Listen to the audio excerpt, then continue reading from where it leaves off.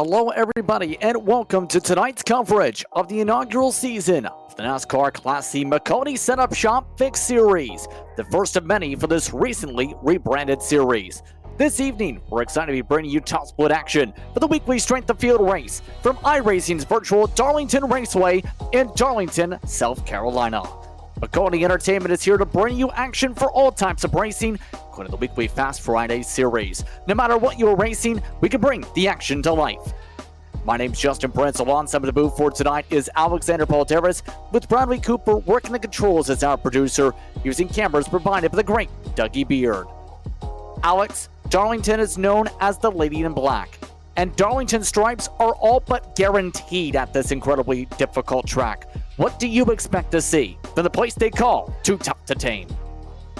Well, tonight we're going to see a lot of side-by-side action using those two different lanes that what was supposed to be a safety strip turned into the fastest lane on the racetrack.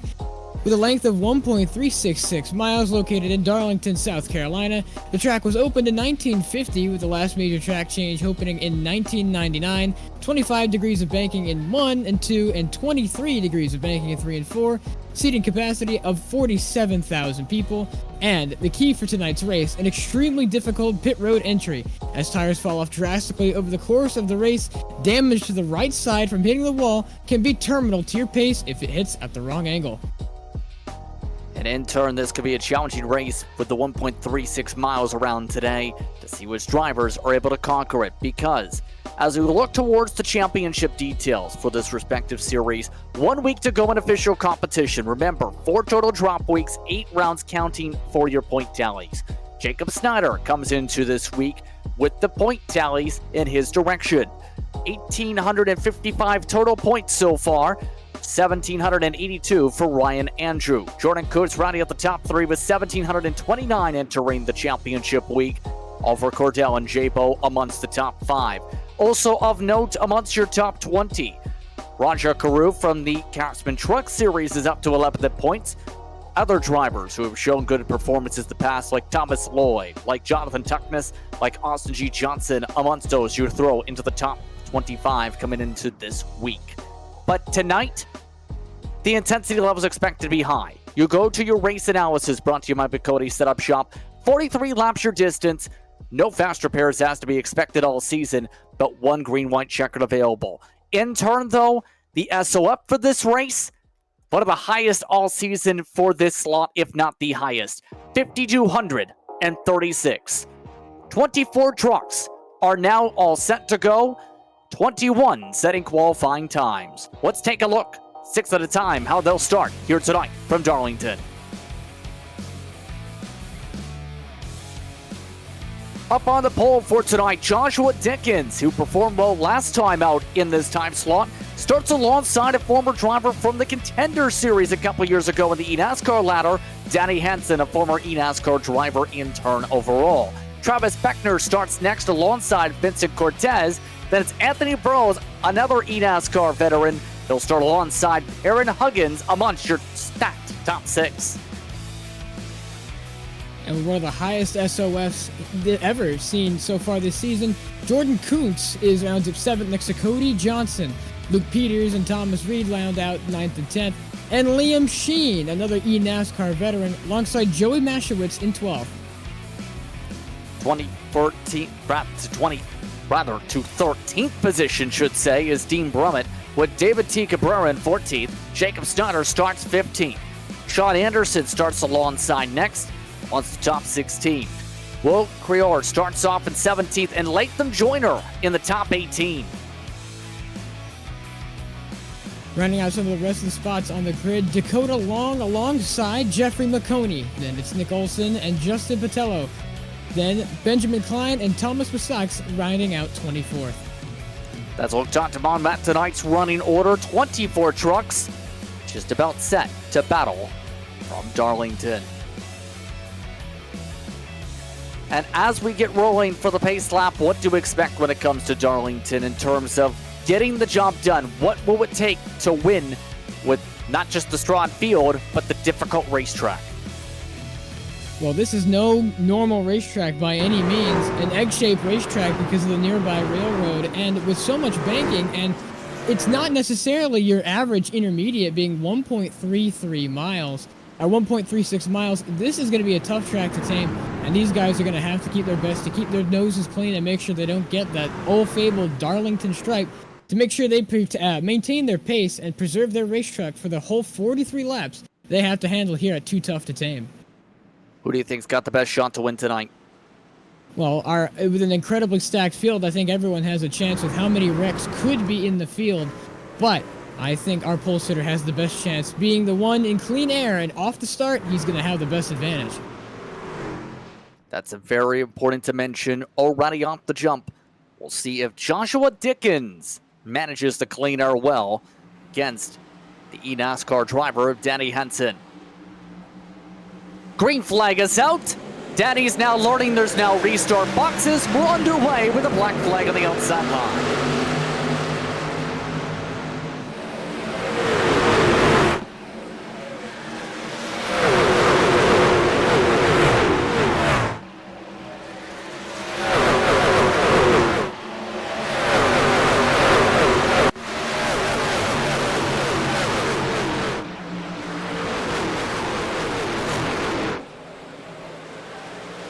Some ropes to the wall coming out of turn 4, but to start, Vincent Cortez, because of the jump start from Danny Hansen, takes the lead from the outside line.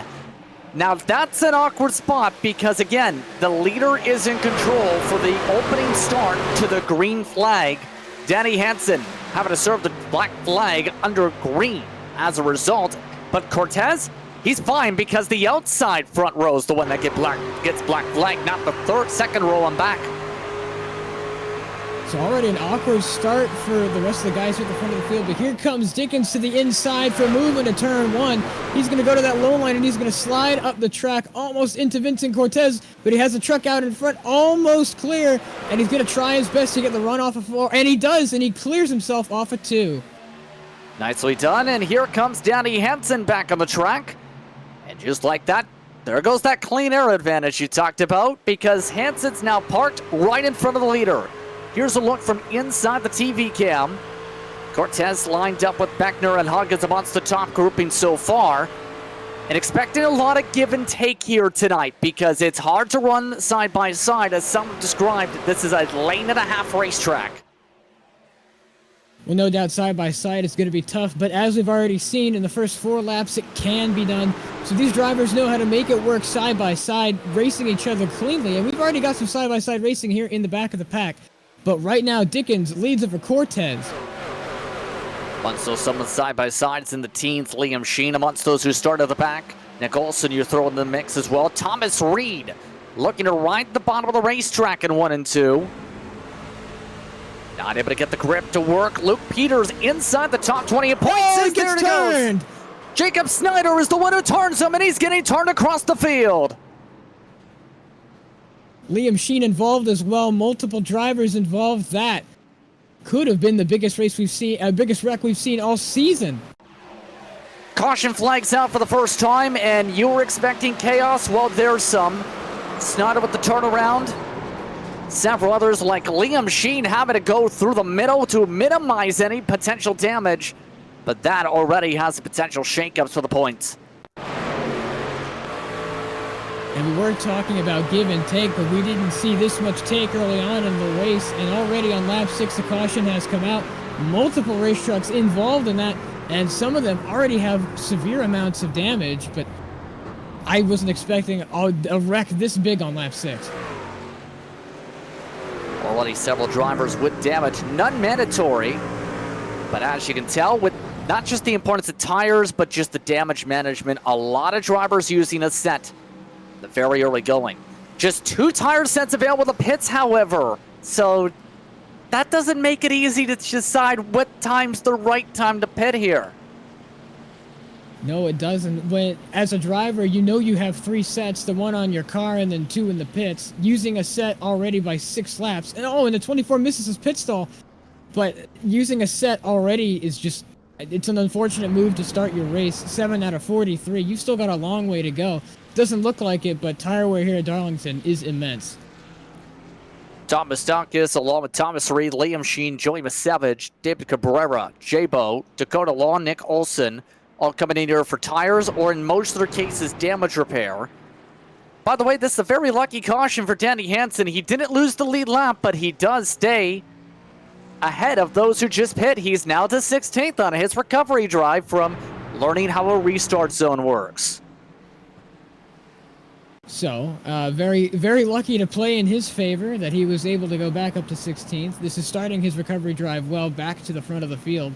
I don't know how he may find himself going to the front from 16th. Darlington, while a very good racetrack to watch the racing, I don't know about passing. It can be done, but he's going to have a lot of work if he wants to get back to the lead. Speaking of the leader, Joshua Dickens is the leader. We're coming to the one-to-go signal already. So we'll see how he handles the inside line. After what happened last time, this time, the leader can restart anytime inside the restart zone. Cortez alongside of the outside. Your biggest mover, +7 is a tie. Will Crehor along with Jeffrey Maconi. You also have Ben Klein you can throw into that at a +8 rather. Mustakis, who pit, is also in that category. So just like that, let's get ready to go for the second restart. Your thoughts on this one, or second start/restart? Well, these guys now knowing how the restart zone works, it's going to be a lot of a tougher battle, and hopefully we won't see those black flags impeding the racing. But now we've got a completely almost different front row. Got two different drivers there who weren't expecting to start at the front, and now they find themselves at the front of the field. It's going to be tough, but we're going to see what they can do at the drop of the green. So Dickens in control. The restart zone in blue. 35 laps to go, and green, back underway off the early launch. And this time the inside with a major advantage. Anthony Burrows trying to unleash the horsepower for third, quick. Oh, in trouble, Vincent Cortez getting turned in front of the field. Another stack up in turn 2. Another points contender getting turned around in Jordan Coots, and we somehow stay green. What an incredible save by Cortez and by the rest of the field. We're going to take a look at this wreck. It just looks like he just barely taps the wall and turns off the nose of the 5, and it's a great save, and they're still wrecking, but he's completely dead sideways, and he comes around and saves it. And the entire field misses the wreck, completely opposite of what we saw on lap 6. We have had a change for the lead, though, as we show the replay. Travis Beckner made the pass on Dickens through to 3 and 4 and completed in 1 and 2. So Beckner, all of a sudden, utilizing the bottom line, one of the drivers who runs in the Arena Truck Series, which is a league on the iRacing platform, looking to pull away from Dickens. Dickens had a great start on that last restart we had, but now he's starting to fall back to Beckner, and just this unknown speed coming out on the bottom lane. Changing lanes for 1 and 2 and 3 and 4 might be the best thing to do, but we'll have to see as this race plays out. We've got some almost wrecking in the back of the pack. Liam Sheen on his great recovery drive, now battling side by side, and he's going to try and get back up to the front like he was after that lap 6 incident. Finds himself 2 wide out of 4. On board, this is with the Elliott Sauer Esports driver. And he does have rear end damage as a result of the contact. Now he's having a fight with one of the drivers. Experience at the pro level in Hansen. Hansen's not taking his time. He's quickly zipping by the outside. He has not taken tires, mind you, but he's up to 12. So I mentioned that it might be tough to get passing here, but looks like he's already made up 4 spots, and that earlier wreck-ish, save-ish, may we call it, actually helped him to gain 4 more spots, and he's looking good on his recovery drive, almost cracking the top 10.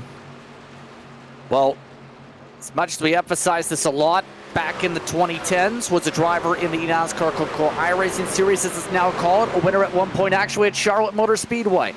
Then made a resurgence back in 2020 because with the pandemic was able to have more free time to return back to racing compared to his real-world obligations as a photographer on the NASCAR circuit. Made a run in 2020, made it to the Contender Series, but didn't advance to the Coke Series in his return to action.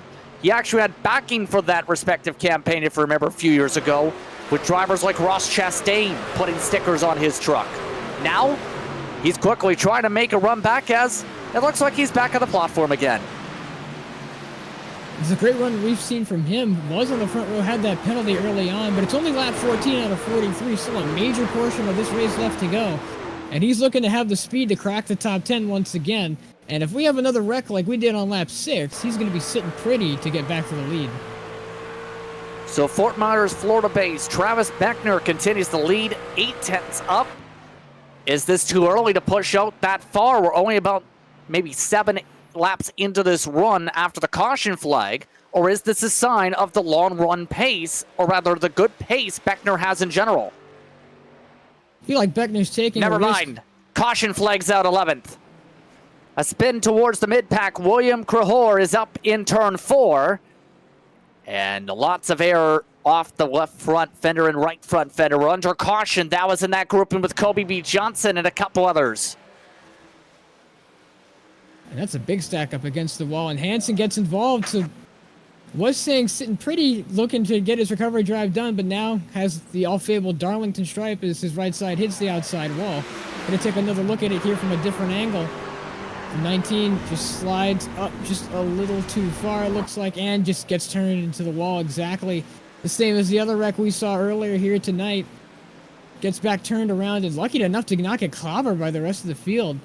But I was going to say Hansen was looking pretty to make his way back up through the field, but finds himself in another wreck. Wanker Horde with mandatory damage. Here's a look from Tom Moustakis. At the lowest I rating coming into this race, and right now is on the path to potentially gain some if he keeps it clean. Downside, he's 23rd on scoring. And as to be expected, mixed strategy for the pit stops, and this is where it gets tough. Just about a lot of those drivers who came in before had to come in for damage repair. How many saved the tire set? Because there's a chance you'll need it in the next bit. We're not even at halfway yet. We're not at halfway yet, but considering that there are 2 sets in the pits and 1 on the car, 3 total tire sets to use by the driver, this is a perfect time to pit for the leaders. Now, as Beckner comes into pit road, he did have a lead before the caution came out, sizing it down to 0, but now it'll be his chance to lead off of pit road and maintain his lead, as this was the perfect thing he needed, pushing out wide, and it looks like he will win the battle off pit road.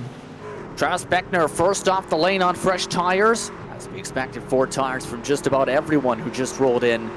However, the reason alluding to that strategy, 3 drivers electing to stay out because they only have 1 set left. Liam Sheen, Dakota Lawn, Justin Patello have all stayed out on the racetrack. And with what we've seen in the past, it can be difficult here. If my math is correct, if they want to hop back on the same strategy as these leaders are going, they're going to have to go another 21 laps before they're going to have to be able to pit and be on time with Beckner and the likes of the rest of the drivers in this field. But do they have the tire life left to hold on to that track position and see if they can make a surge back for the race lead on merit? But we're talking about 8 to 10 laps difference on the tires. That's not going to be easy off this restart, coming to the 1 to go already taken. But 2 of the 3 do have damage. We've seen stack-ups here in the past with this strategy. How do you play this if you're in this field? If you're on the freshies? If I'm on the freshies, I want to get past these guys as soon as possible. Getting past these guys will eliminate the chance of me burning up my right front and using that good set I have and letting me extend my possible lead. But if I'm in the shoes of Liam Sheen, I want a clean restart, no one hounding my mirror, and I want to get away and just log some laps. Almost set to get back underway. Crahor wants those looking like to be out of the race with mandatory damage repair. They are staying for now, though, to see if they can fix the truck. Everyone else who's been involved in incidents still on the lead lap, majority of which have been able to fix most of their damage, if not all with the damage model. Sheen in control, green flag is out, back underway. Again, the bottom line with a solid restart. Travis Beckner boxed in, Joshua Dickens looking to take advantage as J-Bone nearly knocks the wall down. Great start for Dickens, already passing some of his contenders on the freshies, and this is what I said. Oh, and he's going to save it down the back. And as we have a great save down, he's going to lose a lot of spots, but this is exactly what I was talking about. Beckner needed to get a good restart and get past those guys on the old tires, but he didn't. And now Dickens is in that prime spot to just ride behind and save the tires and then use it when he can. Jeff Maconi up now a few spots as well. Oh, and he's already apologizing for a slide into turn 1, nearly into Cortez, in fact.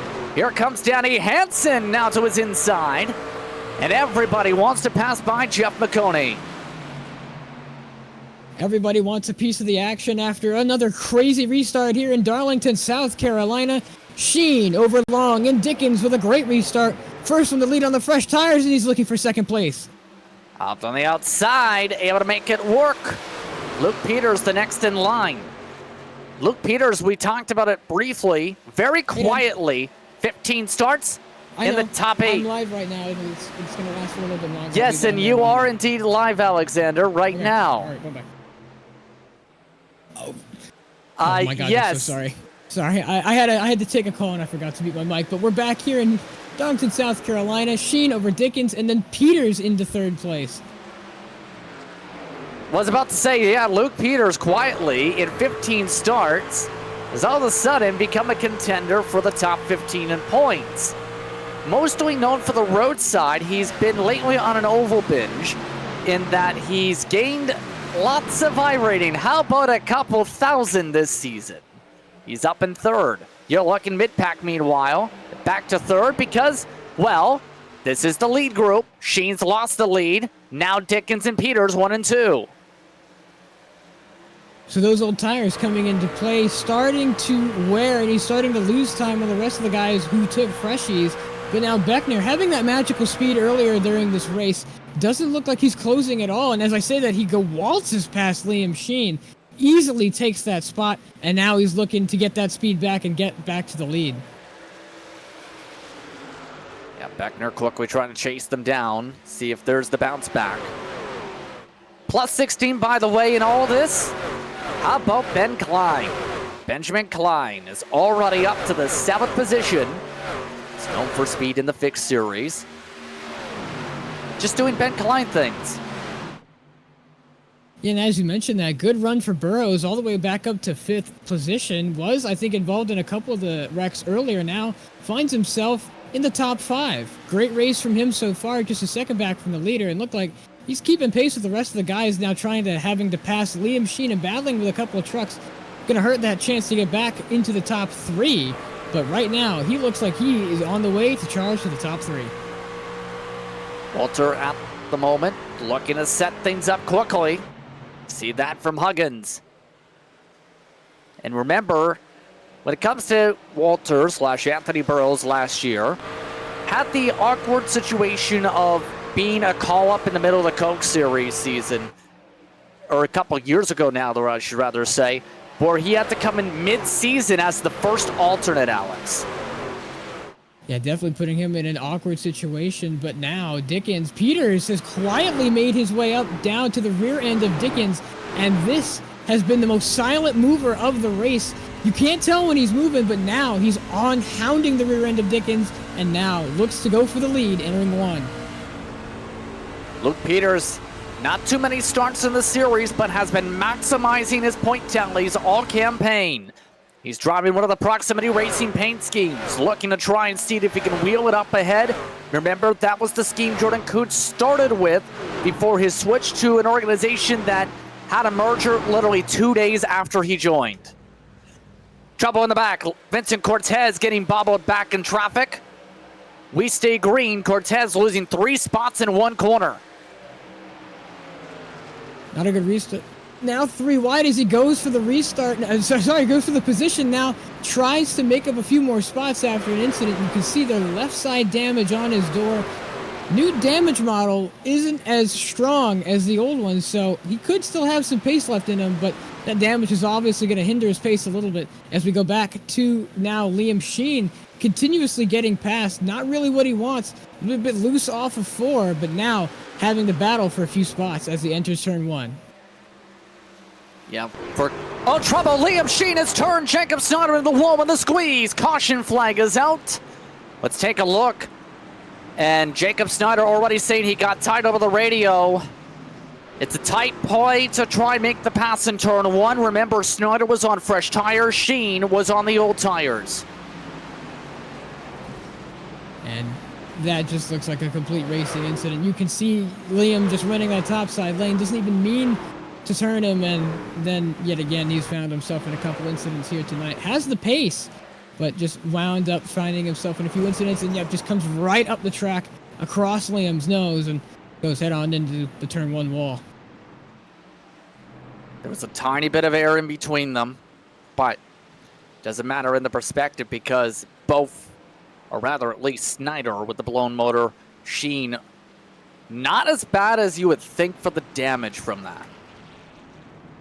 You know, for going head-on into the wall, he finds himself with a rather clean truck, all things considered, as the entire field now goes down pit road.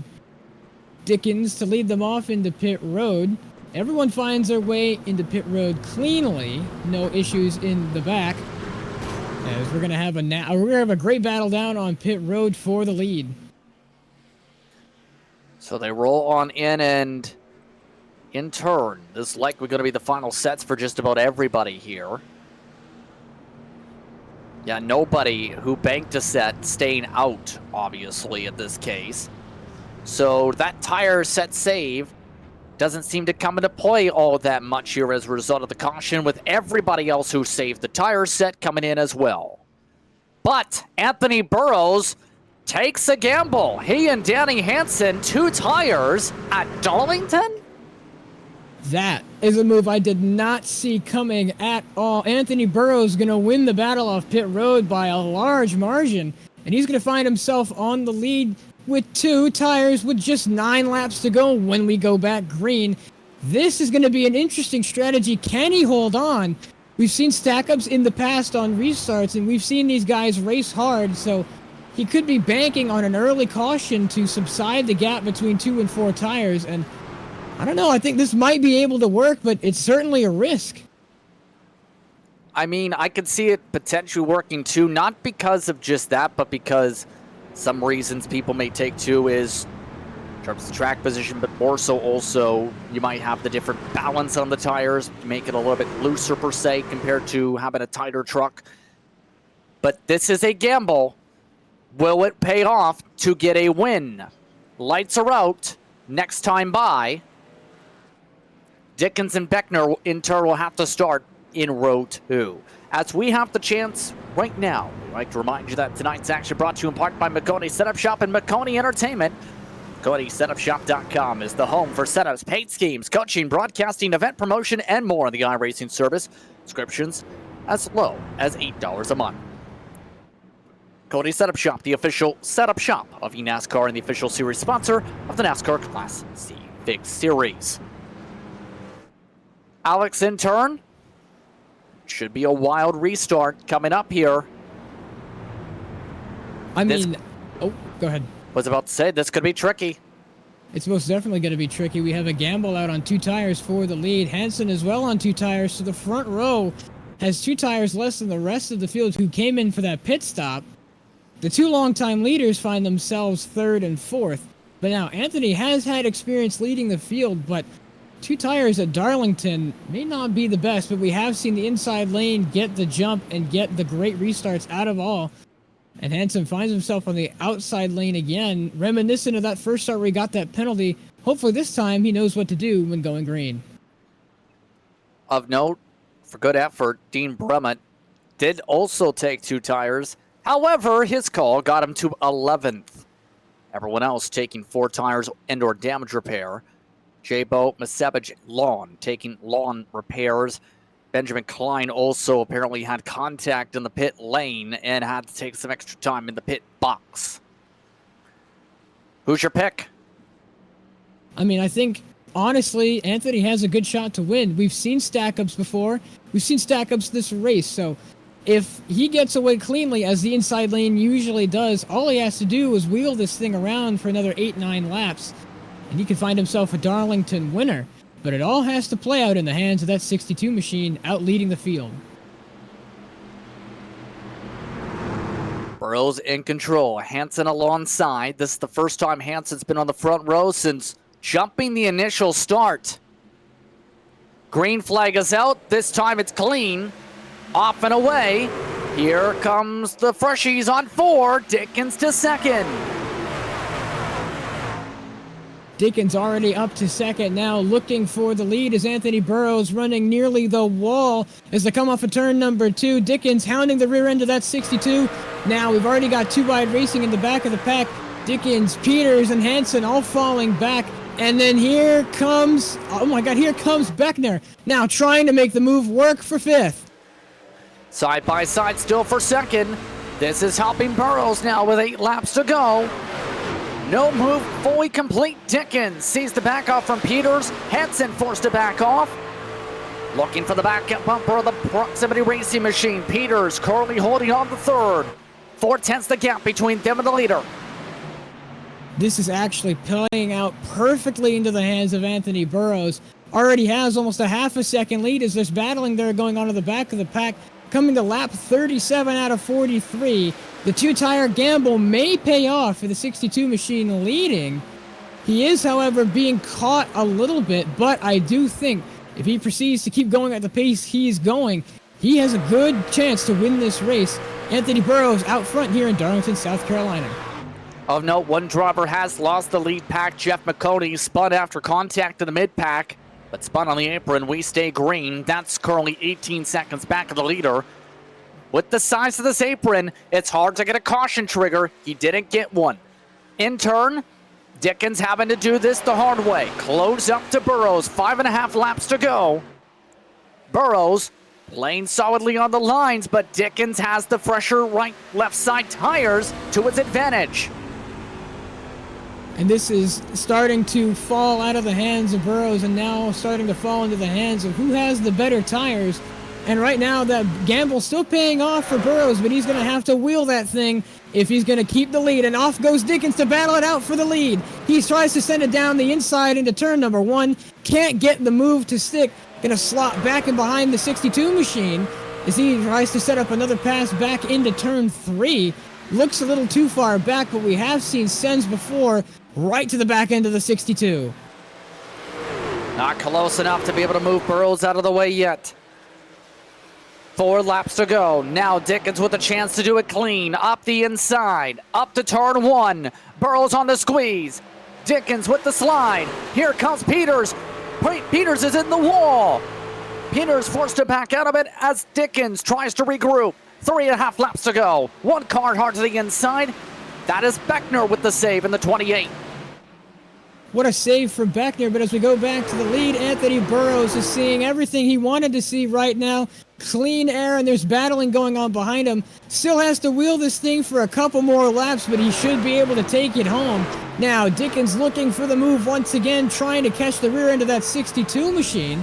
Already closing the gap to almost below 2/10, almost below a 150. Joshua Dickens already trying to close the gap as we enter turn 3, getting mightily close, almost below a 10th. But he can't seem to make the move stick. Gonna slot right back in behind Burrows as we come with 2 laps to go. Still within quarter of a truck length. Peters also the same to the back end of Dickens. Burrows on the block, trying to keep the line. Dickens trying to get the diamond down to get the run. Can he get the peak down the back? Down the Boeing backstretch. Dickens for the lead again. Up the inside. He squeezes to the 3rd groove. Burrows holds on. Up against the wall. Drag race to the line. 1 lap to go. This time by. Dickens on the send again. Burrows sticking right against the wall. Dickens trying to keep it clean up the left side. Here comes Peters up his right. 1 more chance for the send. Who takes it home? That's Darlington. Dickens on the send. Goes nearly to the fender. Burrows holds it firm. Anthony Burrows holds to the checker flag to win it at Darlington. Man, oh man, what a finish. We almost had a 4 wide finish, but The gamble pays off for the number 62 machine. Anthony Burrows and Nexus Esports find their way to victory lane.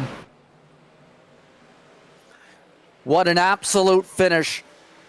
That was not easy to hold off, not whatsoever. That was a masterful drive from Anthony Burrows to take the gamble and make it work. He had to deal with the toughest competition, and he came out on top. A great battle and a great gamble finally pays off. The 62 machine finds victory lane. That done by just a 1/10 of a second over Joshua Dickens tonight. All results now official in Sim. The burnout is on for Anthony Burrows. He gets it done tonight. Let's take a glance at the results after tonight's action. Liam Sheen just so happens to be joining in on the fun after his recovery from earlier. Anthony Burrows, though, gets it done tonight over Dickens and Peters. Huggins, Hansen, the top 5 with Olsen and Joyner in 6th and 7th. Liam Sheen holds on in 8th. Jordan Kuntz in 9th, and Dean Brummett rounding up the top 10 on the 2-tire call. That 2-tire call working out well for Dean Brummett as we go back to 11th for Vincent Cortez, Travis Beckner rounding out the top 12, Joey Mashewitz and David T. Cabrera, Dakota E. Long, J-Bo, Benjamin Klein, Thomas B. Reed, Cody B. Johnson, and Thomas Mahotsis landing out the top 20. 21st spot tonight going the way of Sean Anderson, then Jeff Maconi and Jacob Snyder. Will Kurehor rounding out the field tonight. Kurehor DNFing. He was the only one not to take the finish here outside of Jacob Snyder. So both with blown motors. So an exciting one here once more tonight here on Maconi Entertainment. And as we wait to see who we get the chance to speak with during post-race coverage, remind you that this action brought to you in part as well by Maconi Competition. With specializing in event organization, promotion, execution, contact Maconi Setup Shop for more inquiries. Let's take a break. We come back. Post-race continues here from Darlington. When you want to be the best, you can't settle for the rest. For anything on iRacing, there's just one name you need, Maconi. With the launch of Maconi Entertainment and Maconi Competizone alongside Maconi Setup Shop, we now provide the best of the best in setups, paint schemes, coaching, broadcasting, and event organization. With cars across all 4 license classes, we have what you need to hit the track with confidence. Grab a subscription and save money while going fast at MaconiSetupShop.com/subscriptions. And remember, at Maconi Setup Shop, there are setups, but your victories.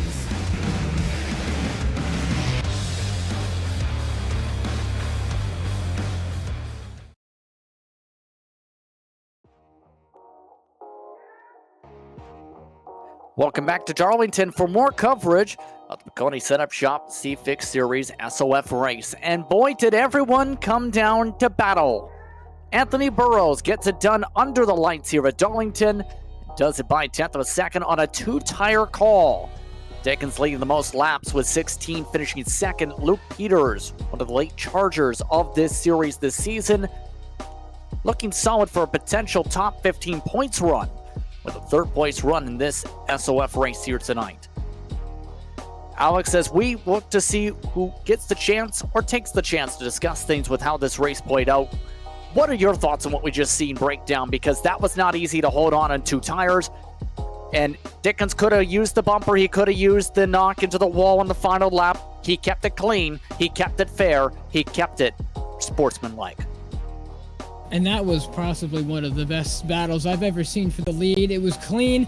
There was a little bit of rubbing, but there's always a little bit of rubbing in racing, and that is a perfect execution of that. Battled it out perfectly with Anthony Burrows for the lead. Didn't make too much of an aggressive move to nearly put him into the wall, but that right there is just, that's some of the best racing you can really ask for. A great battle for the lead, and Anthony Burrows himself finds victory lane after a 2-tire call. Going to find himself after a great strategic masterpiece, and he's going to find himself in victory lane and a few good points to his name. Some tough hits, though, for Jacob Snyder, especially because depending on the drop situation, that could have some ramifications in the standings. It's all going to come down by the end of the week, though. How the races break down, what your best weeks are for those point tallies. For Snyder, Starting off the night with a bad finish like that, not too great. However, there's still the waiting for the calculations in full belief because Jordan Coons came into the week with 7 weeks to his count. That likely changing by the time the next races get underway for this in the sim, the next 15 minutes for drivers to recover. But you can't run every single race, quite simply, Alex. Only your best 3 count, and then it starts an average. So if you want to get the best result, you're going to have to go out and win those 3 races that you do. Otherwise, you're going to have to insane average. And as it stands right now, Burrow's on top in the first race of the week. Absolutely an exciting race here tonight. Also, amongst those who needed solid points here tonight, that ended up getting some of those respective points. J-Bo was able to recover to 16, coming in 6th in the points. Huggins did get a top 5, 11th in the points, despite missing 2 race weeks. In terms of his point calculation, he has a chance to be one of the best with 7 finishes coming in.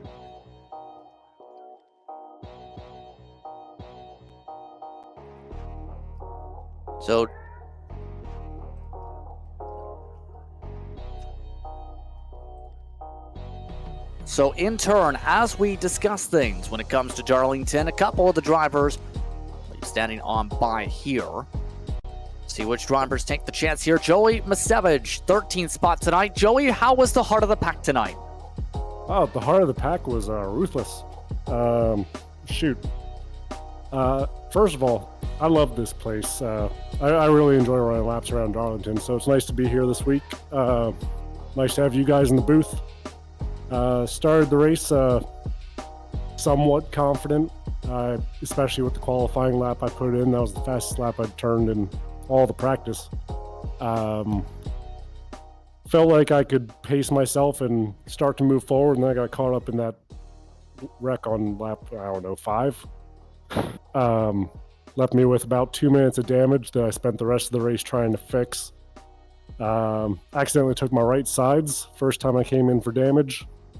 Took my lefts the next time when we had the long run. Sat on uneven tires for a while, and when I finally got it all fixed and got fresh even tires on it, dug my way up from 20th to 13th, and we'll take that. In turn, though, you mentioned the strategy on the tires coming into play a bit, or rather the accidental strategy of the tires. But when it came to the passing tonight, how tricky was that even in those closing stages because of the complexities, not just the track, but just how the field was breaking down in the heart of the field? Yeah, I mean, the middle of the field, it was, well, at Darlington, you're always fighting the track. And then you add in the cars around you, and now you're multitasking every moment of every lap. So a lot of my passes didn't necessarily come from pure speed as much as everybody else running out of bandwidth on their multitasking and getting into each other or the wall and having a little bobble, and I'd capitalize on that, dive around them, and pick up a spot, and just seemed to keep happening like that. So that was pretty fortunate for the way I was running. How would you describe your season as a whole, at least in this respective campaign? Oh boy. Less than it should have been. I'm going to fall back on, because, I definitely haven't had the finishes I've wanted or the races I've wanted. I'm going to fall back on getting my new racing wheel and pedals and getting accustomed to that over the past, I got them like 2 weeks before the season. So haven't really practiced much in NASCAR. I've been running a lot of Ringmeister. And I'm going to pick up the ovals and NASCAR cars a little more seriously starting next season, and try to start that one off right. Wait, I've raced you in open for years. You haven't taken it seriously yet? I was running on a G25 up until the last race of Road to Pro this spring. And starting Charlotte the last week of Road to Pro, loaded into the session, and the computer didn't recognize the wheel. Turns out 21 years was long enough, and it just went kaput. So I bought some Fanatec stuff, and I've been getting used to the 8 Newton meter DD, and moving from an 11-inch wheel to, what is this, a 13, 14? with the NASCAR rim, and it's definitely not 1-to-1. So it's been needing to recalibrate the way my arms work when I'm dancing around a corner. Well, congrats on the finishing in the middle of the field iRating gain of 12. We take those. Yes, indeed. Have a good night. Thank you. Joey Savage taking the time to speak was part of the Maconi Esports organization, coming away with a finish of 13th tonight. But on that note, that closes things out for our coverage of the Maconi Setup Shop C-Fix Series S.O.F race and for them throughout the campaign. We'd like to thank you for tuning in tonight, as well as our race sponsor, Maconi Setup Shop, and our broadcast partner, Maconi Competition. Coming the action tonight was myself, Justin Prince, alongside Alexander Balderas, in the booth with Bradley Cooper producing. Thanks to all our viewers for watching tonight's racing action. We hope you stay tuned to our social media pages for our next broadcast. Thanks to the entire staff for their work in bringing this racing to you. This has been a production of Maconi Entertainment. We'll see you next time here on Maconi Entertainment.